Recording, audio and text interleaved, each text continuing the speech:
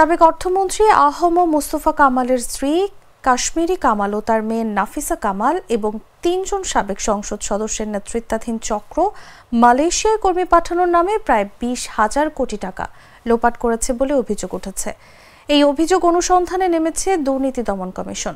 অভিযোগ অনুসন্ধানে দুদকের উপপরিচালক নুরুল হুদার নেতৃত্বে ৩ সদস্যের একটি টিম গঠন করা হয়েছে।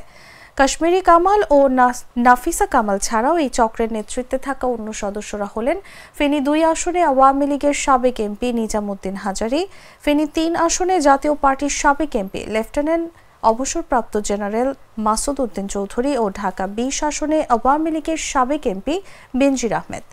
জানা গেছে, মালয়েশিয়ায় শ্রমিক পাঠাতে সরকার নির্ধারিত ব্যয় ৭৯,০০০ টাকা, তবে শ্রমিকরা খরচ করেছেন ৫,৪৪,০০০ টাকা। এর মধ্যে জনপ্রতি চক্র ফি নেওয়া হয়েছে ১.৫ লাখ টাকা করে। মাত্র ১.৫ বছরে প্রায় ৪.৫ লাখ শ্রমিক মালয়েশিয়ায় পাঠানো হয়। সাবেক এই এমপিদের নেতৃত্বে ১.৫ বছরেই চক্রটি প্রায় ২৪,০০০ কোটি টাকার ব্যবসা করে। এর মধ্যে কেবল চক্র ফি বাবদ নিয়েছে প্রায় ৬,৭৫০ কোটি টাকা।